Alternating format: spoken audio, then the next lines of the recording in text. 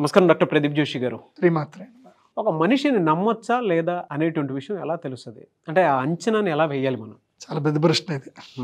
శ్రీ గురుభ్యో నమః. శ్రీమాత్రే నమః. అందరి జీవితాలు ఇక్కడనే కొలాప్స్ అయిపోతాయి. జీవితాలు బాగుపడేది ఇక్కడనే, కొలాప్స్ అయ్యేది ఇక్కడనే. ఒక మనిషిని నమ్మొచ్చా నమ్మకూడదా, ఎలా ఎలా ఎగ్జామినేషన్ చేయాలి, అందరి జీవితాలు ఇక్కడనే ఉంటాయి. ఎందుకోసమంటే ఇప్పుడు మనం ఒక వ్యక్తిని గుడ్డిగా నమ్మాము. ఉదాహరణకి జీవిత భాగస్వామి అనుకుందాం, నమ్మాము, కానీ చాలా మంచి వ్యక్తి. పెళ్ళైన తర్వాత వాళ్ళు ఇచ్చిన సపోర్టు, ఒక ఫ్రెండ్ కానీ ఒక బాస్ కానీ, మనం ఏం ఎగ్జామినేషన్ చేయకుండా వెళ్ళాము అంటే వాళ్ళు ఒక మంచి వ్యక్తిత్వం ఉన్నప్పుడు ఆ జీవితాలు పూర్తిగా మారిపోతుంటాయి. ఒక వ్యక్తిని నమ్మొచ్చా నమ్మకూడదా అనేది చాలామందికి జీవితంలో తెలియదు, ఎలా ఎగ్జామినేషన్ చేసుకోవాలో తెలియదు. కానీ జ్యోతిష్ శాస్త్రంలో నేను అబ్జర్వేషన్ చేసింది ఏంటంటే, ఆ వ్యక్తి జాతకంలో సప్తమ స్థానం గనక బాగా లేకపోతే ఆ వ్యక్తి ఎవరిని నమ్మినా నమ్మకపోయినా అతని వ్యక్తిలో వచ్చే జీవితంలో వచ్చే వ్యక్తులందరూ కూడా అతనికి అంతే దెబ్బ కొడుతూనే ఉంటారు జీవితంలో. అది మన మీద కూడా డిపెండ్ అయ్యి ఉంటుంది. ఎందుకోసమంటే how we behave with that people, how we handle with those people అనేది చాలా ఇంపార్టెంట్. నమ్మడము నమ్మకపోవడంలో ఫస్ట్ ఏంటంటే, ఫస్ట్ నువ్వు ఎవరు అని ఫస్ట్ తెలుసుకో. నువ్వు ఎవరు, నీ జీవితానికి నీకు కావాల్సింది ఏమిటి అనేది ఫస్ట్ నువ్వు డిస్క్రిమినేట్ చేసుకోవాలి. ఆ డిస్క్రిమినేట్ చేసుకోకుండా నేను వాళ్ళని నమ్మేశాను వీళ్ళని నమ్మేశాను అంటే నువ్వు కొలాప్స్ అయిపోతావు. ఫస్ట్ నేనేం చెప్తాను అంటే, నీ జీవితంలో నువ్వు ఎవరినైనా నమ్మే కన్నా ముందు ఫస్ట్ నిన్ను నువ్వు నమ్ము, నిన్ను నువ్వు నమ్ముకో, నిన్ను నువ్వు అమ్ముకోకు. ఇది బాగా గుర్తుపెట్టుకో. నిన్ను నువ్వు నమ్ముకొని నిన్ను నువ్వు తీర్చిదిద్దుకున్నప్పుడు, నిన్ను నువ్వు అమ్ముకోనప్పుడు నువ్వు ఎవరిని నమ్మినా నమ్మకపోయినా నీ జీవితంలో ఏ నష్టం జరగదు.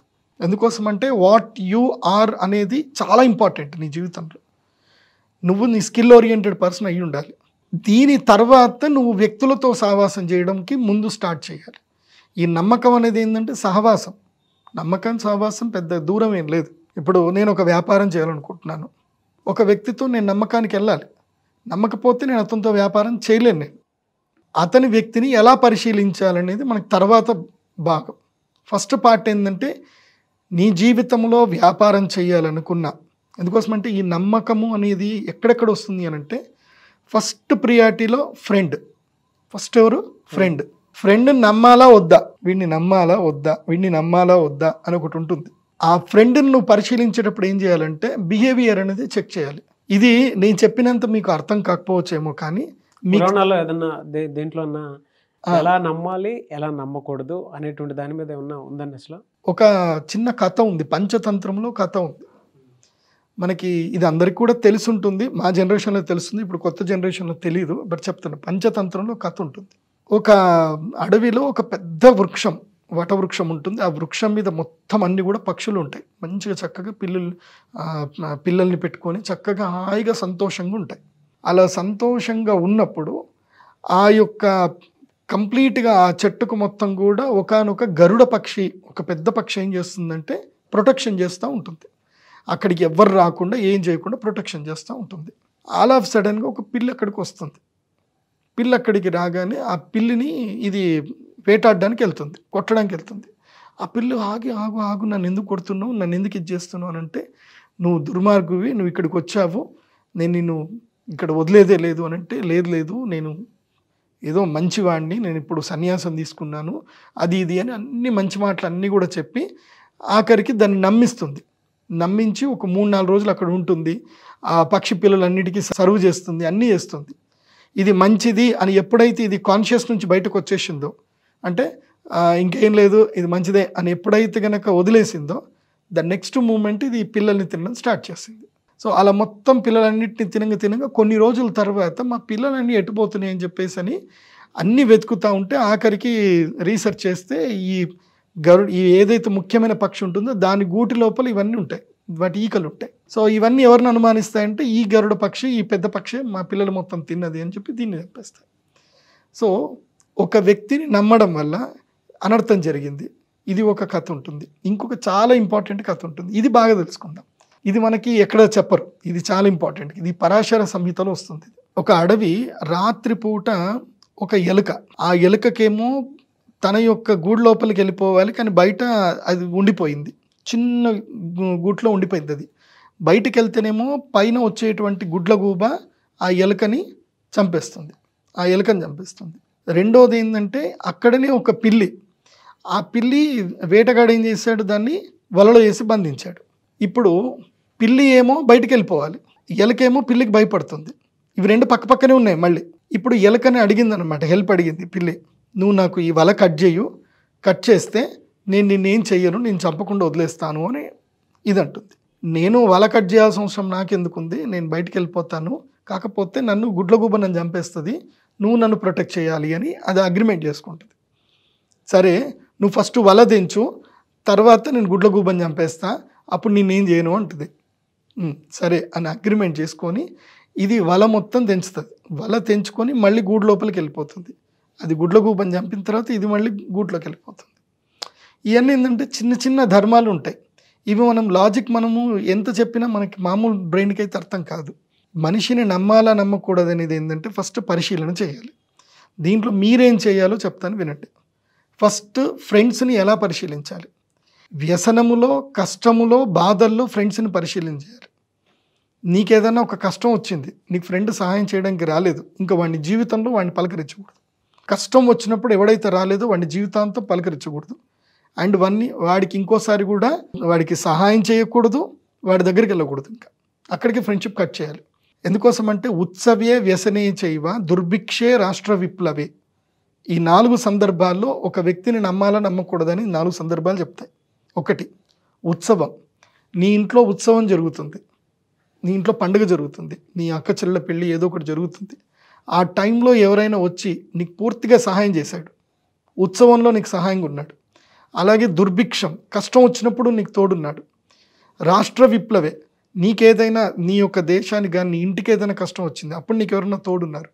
అలాంటి వాళ్ళని జీవితాంతం మనము దగ్గర పెట్టుకోవాలి, ఆర్థిక సందర్భంలో కానీ ఎప్పుడైనా సరే. కానీ ఇక్కడ నమ్మకాన్ని వదులుకోకూడదు, ఇక్కడ నమ్మకం పనిచేయదు ఇంకా. కానీ ఇంకొక విశ్లేషణ బాగా చెప్తాను, జాగ్రత్త వినండి. ఇది మనిషిని ఎప్పుడు నమ్మాలి ఎప్పుడు నమ్మకూడదు అనే దాంట్లో కేటగిరీస్ ఉంటాయి. ఫస్ట్ ఫ్రెండ్షిప్ వేరే ఉంటుంది, తర్వాత ఫీమేల్ కేటగిరీ ఉంటుంది. అవసరం మనిషిని ఎప్పుడైనా సరే దిగజార్చింపజేస్తుంది. ఏ వ్యక్తి అయితే కనుక తన జీవితంలో అవసరానికి ఎప్పుడైతే దిగజారాడో ఒక సందర్భంలో, అలాంటి వ్యక్తిని జీవితంలో నమ్మకూడదు. ఏంటి, అవసరానికి ఎప్పుడైతే మనిషి దిగజారుతాడో ఆ వ్యక్తిని ఎప్పుడు నమ్మకూడదు, అలాంటి వ్యక్తిని దూరం పెట్టాలి. అదొకటి. రెండవది, ఏ వ్యక్తి అయితే తన జీవితంలో అత్యాశపరుడయ్యి ఉంటాడో, అతి ఆశపరుడయ్యి ఉంటారు, వాళ్ళని జీవితంలో నమ్మకూడదు, వాళ్ళని దూరం పెట్టాలి. రెండవది. మూడవది, ఏ వ్యక్తి అయితే గనక స్త్రీ చాంచల్యము, లస్ట్, ఏంటి లస్ట్, స్త్రీ చాంచల్యము లేదా పురుష చాంచల్యం, స్త్రీ అయినా పురుషుడైనా, లస్ట్ ఎవరికైతే ఎక్కువగా ఉంటుందో వాళ్ళని మనము నమ్మకూడదు, దూరం పెట్టాలి. లస్ట్ ఎక్కువ ఉన్న వ్యక్తి జీవితంలో ఇబ్బందులు పెడతాడు, అలాగే అవసరానికి వచ్చేటువంటి వాడు జీవితంలో ఇబ్బంది పెడతాడు, అవకాశవాది జీవితంలో ఇబ్బంది పెడతాడు. ఈ మూడింటిని ఫస్ట్ మీరు ఎగ్జామినేషన్ చేయాలి. ఎవరితో కలిసేటప్పుడైనా, వ్యాపారం చేసేటప్పుడైనా, ఏ సందర్భంలో అయినా సరే ఈ 3 పరీక్షలు చేసిన తర్వాతనే మీరు వాళ్ళతో జీవితం గడపడానికి ప్రయత్నం ప్రారంభం చేయాలి. దీంట్లో మీకు ఒక ప్రాక్టికల్ ఎగ్జాంపుల్ చెప్తాను, ఏం చేయాలో చెప్తాను. మీరు ఒక వ్యక్తితో జీవితాంతం మీరు వెళ్దామనుకుంటున్నారు, భర్తను, భార్యను, లేదంటే మీరు డేటింగ్లో ఉన్నారనుకుందాం. మీరేం చేయండి అంటే ఫస్ట్ ధన పరీక్ష చేయండి. ఏంటి, ధనంతో పరీక్ష చేయండి. మీరు వాళ్ళకు తెలియకుండానే అక్కడ డబ్బులు పెట్టండి. ఒక 1000 రూపాయలు, ఒక 10,000, ఎంతనే డబ్బులు పెట్టండి. అవి మీవి కావన్నట్టుగానే ఉండాలి. వాళ్ళు కనుక ఆ డబ్బు తీసి దాని మీద వాళ్ళు ఎలాంటి స్టేట్మెంట్ ఇవ్వలేదు అని అంటే ద నెక్స్ట్ మూమెంట్ ఆ డబ్బు గురించి మాట్లాడద్దు, ఇంకా వాళ్ళతో ఫ్రెండ్షిప్ వదిలేయాలి. ఫస్ట్ ధన పరీక్ష చేయాలి. ధన పరీక్ష తర్వాత ఏం చేయాలి అని అంటే విషమ పరీక్ష ఒకటి చేయాలి. విషమ పరీక్ష ఏంటంటే నీకు కష్టం వచ్చింది, ఆ కష్టం వచ్చిన ఒక సందర్భాన్ని చిన్నగా క్రియేట్ చేయాలి. డబ్బు అడగొద్దు, ఆ టైంలో డబ్బు అడగొద్దు, గుర్తుపెట్టండి. కష్టంలో మీరు ఎప్పుడు డబ్బు అడగొద్దు. కష్టంలో వచ్చి సహాయం చేయమని ఒక కష్టాన్ని క్రియేట్ చేయగలగాలి. ఆ కష్టం లోపల మనిషి వచ్చాడా నీకు జీవితాంతం నీకు తోడుంటారు.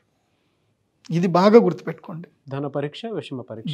ధన పరీక్ష, విషమ పరీక్ష, ఈ 2 కరెక్ట్ చేయగలిగితే ఇంకోటి 3వది లస్ట్ పరీక్ష. ఆపోజిట్ జెండర్ తోటి ఒకసారి మీరు టెస్ట్ చేయించాలి. ఆపోజిట్ జెండర్ కనుక అడిక్ట్ అవ్వలేదు, డమ్ అవ్వలేదు, then is the right person, he or she is the right person. తర్వాత డబ్బు కూడా చాలా ఇంపార్టెంట్. ధన పరీక్ష, విషమ పరీక్ష, తర్వాత ఇక శీల పరీక్ష అంటారు. ఇంకా అది ఈ 3 పరీక్షలు చేసిన తర్వాతనే మనిషిని మనము ట్రావెల్ చేయడం స్టార్ట్ చేయాలి. కానీ ఎస్పి బాలసుబ్రహ్మణ్యం గారిది ఒక వర్డ్ ఉంటుంది. ఆయన చెప్తారు, మనం జీవితంలో ఎవరితోటైనా ఫ్రెండ్షిప్ చేసేటప్పుడు 100 టెస్టులు చేసుకోండి, 100 టెస్టులు చేయండి. కానీ ఒక్కసారి ఫ్రెండ్షిప్ కానీ లైఫ్లో ట్రావెల్ చేయడం కానీ, అంటే ఫ్రెండ్షిప్ అంటే లైఫ్ పార్ట్నర్ అనుకోండి, ఎగ్జాక్ట్ ఫ్రెండ్ అనుకోండి, ఒక్కసారి ఫ్రెండ్షిప్ చేసిన తర్వాత వాళ్ళలో దుర్గుణాలు ఎన్ని కనబడ్డా వాళ్ళని మీరు ఓన్ చేసుకోవడమే తప్ప, వాళ్ళని తీర్చిదిద్దుకోవడం తప్ప వాళ్ళని వదలకూడదు అని స్నేహధర్మం చెప్తారు. ఆ స్నేహధర్మం ఏందో నేను అది కూడా ఒక వీడియో చెప్తాను, అది ఫాలో అవ్వండి. ఎందుకోసమంటే వ్యసనపరుడు కాని మనిషి ఉండడు, చెడుతనం లేని మనిషి లేడు. అలాగని చెప్పి మీరు స్నేహధర్మాన్ని పాటించకపోయినా, నేను చెప్పిన ఈ ధర్మాలు పాటించకపోయినా జీవితం ఇంబ్యాలెన్స్ అవుతుంది. జీవితం అంటేనే బ్యాలెన్స్గా వెళ్ళడమే జీవితం. మీ ఎప్పుడైతే బ్యాలెన్స్ తప్పుతావో అది జీవితం పోతుంది. కానీ బ్యాలెన్స్ తప్పకుండా ఎవరు ఉండరు. తప్పినప్పుడు ఆ పట్టుకునే ఫ్రెండ్స్ ఉండాలి. ఆ ఫ్రెండ్స్ని ఈ పరీక్ష చేసి పట్టుకోండి, ఆ తర్వాత ఫ్రెండ్స్ని వదలొద్దు. అది గుర్తుపెట్టుకోండి. థ్యాంక్ యూ అండి. Thank you so much doctor Pradeep Joshi గారు.